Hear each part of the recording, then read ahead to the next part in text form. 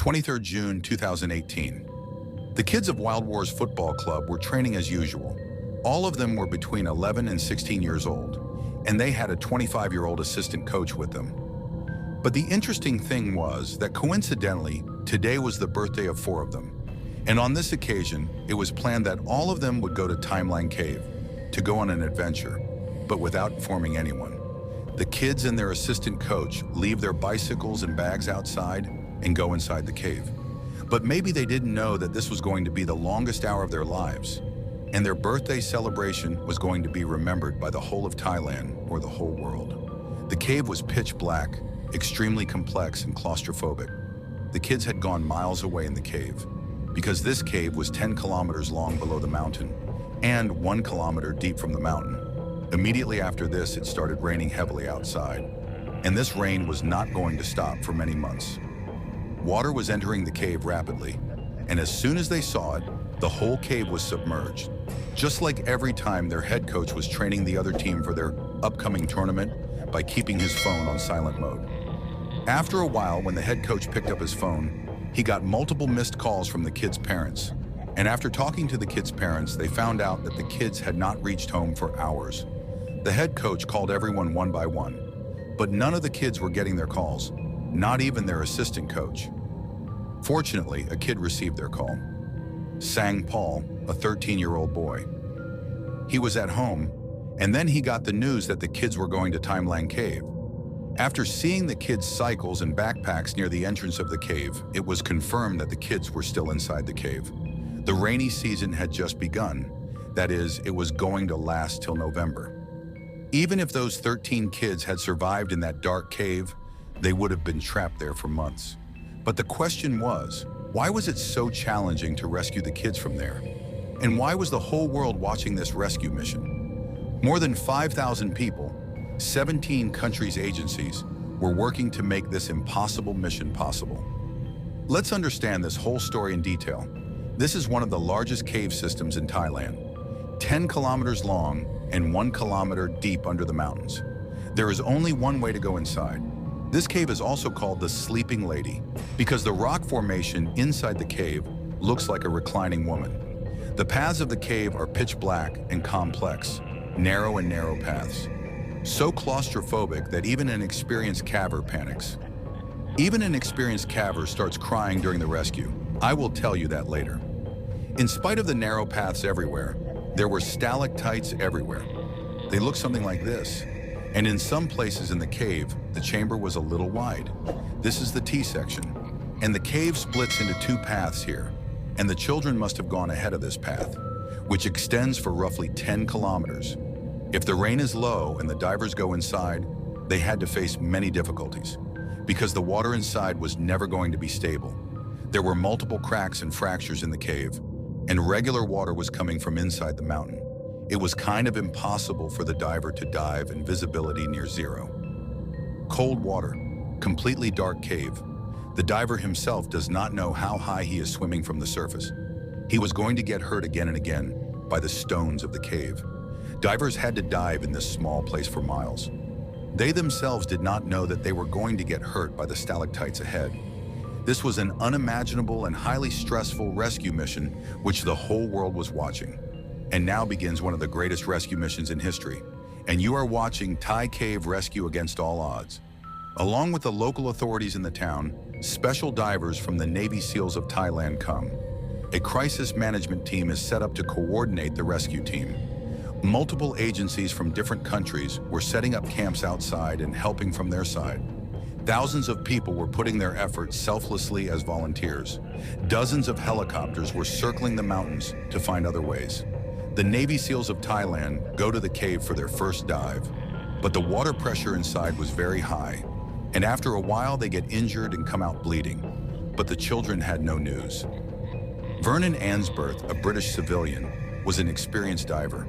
He had a good understanding of Thai Cave because he had been exploring this cave for many years and was mapping it.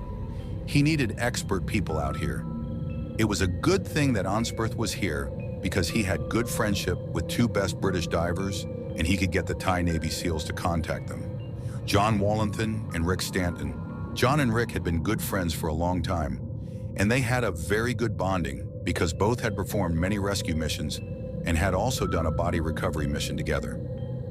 How far they have gone. Daily, new experts were coming to the rescue site, but everyone was afraid that we might get late. If the children are alive, they won't have food and water because they had only gone on an adventure for a few hours. When the two British divers, John and Rick, came to the rescue site, they had many doubts about the Thai Navy SEALs that can these two old men contribute something that the Thai Navy SEALs can't. As far as I know, there's no theater of war inside a cave, so they've never ever been in a cave in their lives. So of course they haven't got those sort of spatial skills to navigating one, which we've honed over all those years. For John, cave diving was like a passion. Although he was an IT consultant and Rick was a firefighter, both were weak in athletic and military tactics, but they had a special skill set which suited this condition perfectly. To enter the cave, another skill was required because most of the cave was submerged and the place was small and steep. There were pebbles everywhere and it was impossible for the Navy SEALs, whereas these two were absolute experts for this situation. For Rick and John, it was particularly challenging because they were diving against the flow of water inside. There was a really strong current, you probably couldn't swim against it for a long distance, so we were on the floor with our hands in the sand, pulling ourselves along so that the other diver could easily walk on it. But still it was challenging. There was a chamber called Pattaya Beach in the cave, which was a little higher than the T section. If the kids were alive, they could have been there. The current was not stopping and the water was going inside the cave. For now, the rescue was stopped. But the fear was that if the kids were at a safe spot, they might not die because of the water. But the people there and the Navy SEALs were doing their best to lower the water level inside the cave. Samian Gunan was also helping them, who was an experienced former Thai Navy SEAL officer. The water level was being lowered from the pump, and it was being released directly into the fields, which was destroying all the crops. But what could they do? In fact, dozens of helicopters were circling the mountains to find another entrance, which was not holding out, so I hope that they are still alive. The weather in the town was slightly improving, and the two British divers went back to the rescue and started a long cave diving to reach Pattaya Beach. After a long and exhausting dive, they finally reached Pattaya Beach, and now they were at the highest point of the cave.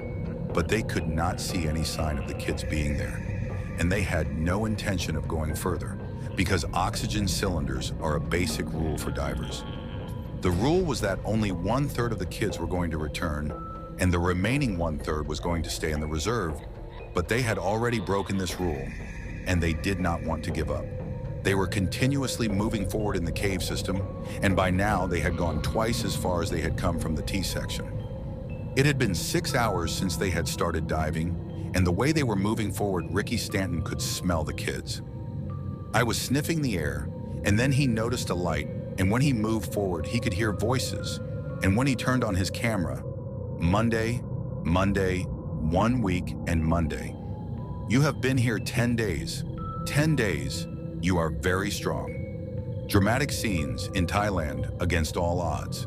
Rescuers in Thailand have found 12 missing boys. What an amazing day. For family members, pure elation after a heartbreaking waiting game. All boys were found 4 kilometers away from the cave entrance, but fortunately all were safe. But they were hungry for 10 days.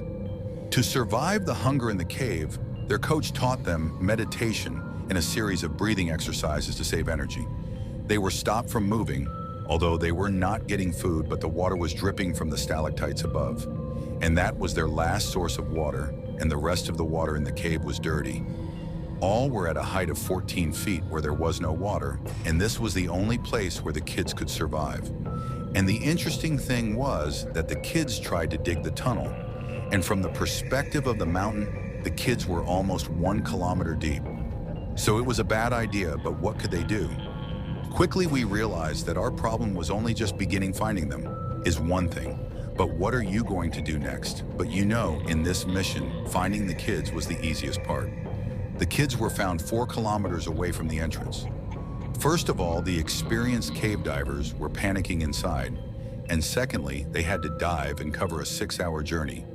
But now they had to bring the kids who didn't know how to dive in the cave. So how will the kids come out? And you know, this dark cave was about to kill a human.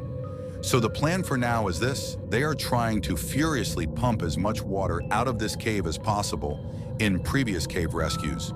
Drilling has been used as a way to get people out, and the final option is to leave the group inside the cave until around mid-October, when the monsoon season finally ends. So basically, to bring the kids out, there were 3 ways. First option was to teach the kids how to dive. They could practice with proper instructions by doing small dives, and they would do it until they are ready for a long and difficult journey. Second option was to get the kids out through an emergency elevator by making a soft sinkhole on top of the cave. Finally, there was a third option: wait until the monsoon season ends. Until then, they would be provided food and water through the team, and when the water will come out of the cave and the level will come down, then they can all come out.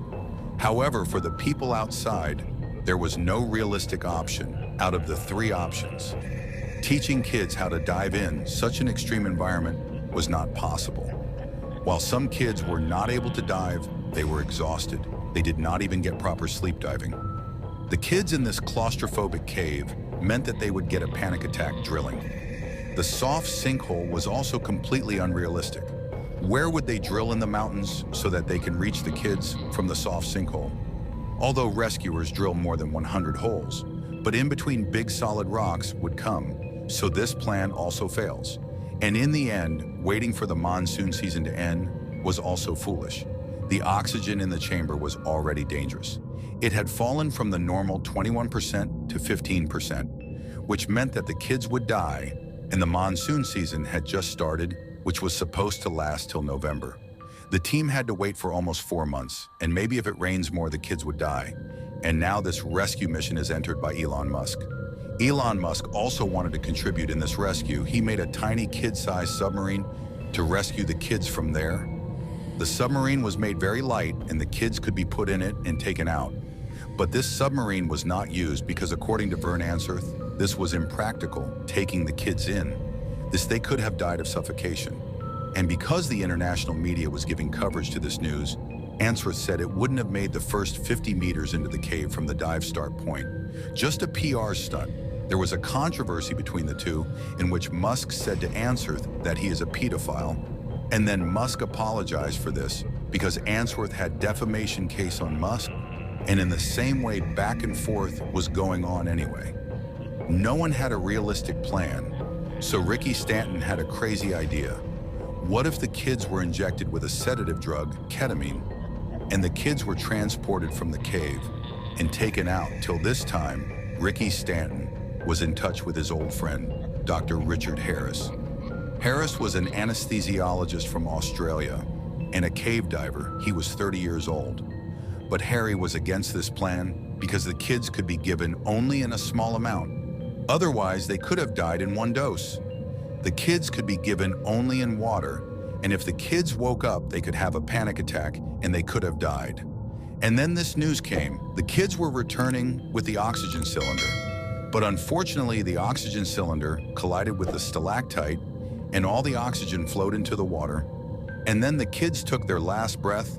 Dr. Harris couldn't see any other option, and finally he agreed for this plan. Harris prepared different doses according to the age and weight of the kids, to such a level that they were incapacitated but remain alive and then be thrust into the cold water was an extremely risky proposition. The world's best cave divers are called to Thailand, and a best team is prepared: John Valanthan, Rick Stanton, Jason Mallinson, and Chris Jewell.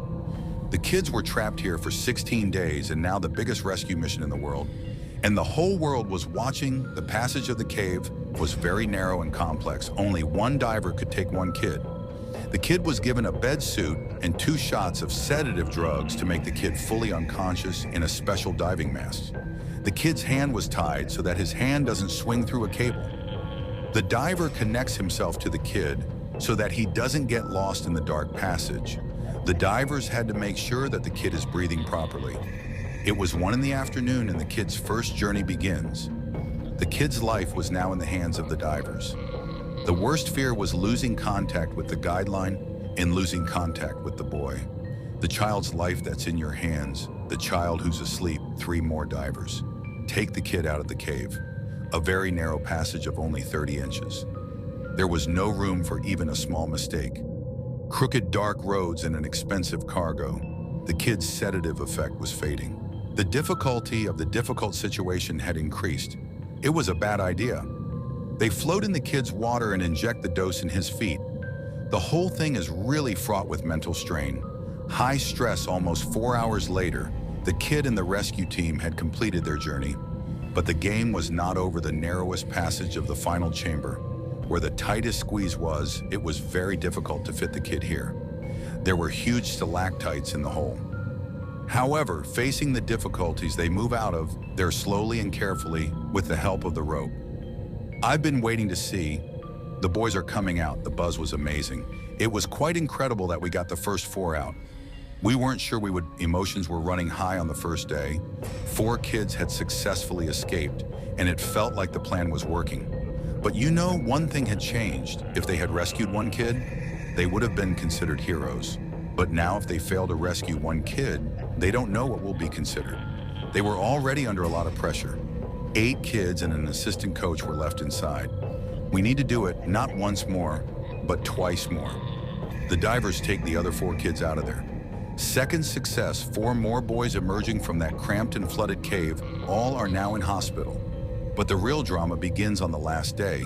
The plan was to rescue 4 kids and an assistant coach. But there were 3 major problems. The weather was worse than before. The water level had increased due to heavy rains, and all efforts to rescue the kids from the pump had failed, and the divers had to face the water pressure. All the divers were nervous. 1 kid was not able to fit the air mask. So the divers took another mask for him, but that was also not fitting properly. But the divers had no option. They could only hope for the best. All the divers were holding the rope Ricky Stanton had tied, and Chris was also holding the same rope. And we know that the visibility was not good. I was sweeping with my arms to try to pick up the line, and I couldn't find the line. While searching for the rope for 20 minutes, he found another cable which was also sealed in the beginning. But he was walking in the opposite direction. He had no idea where he was going. He had forgotten where he had come. Finally, he found a small chamber where he could get the kid out of the water.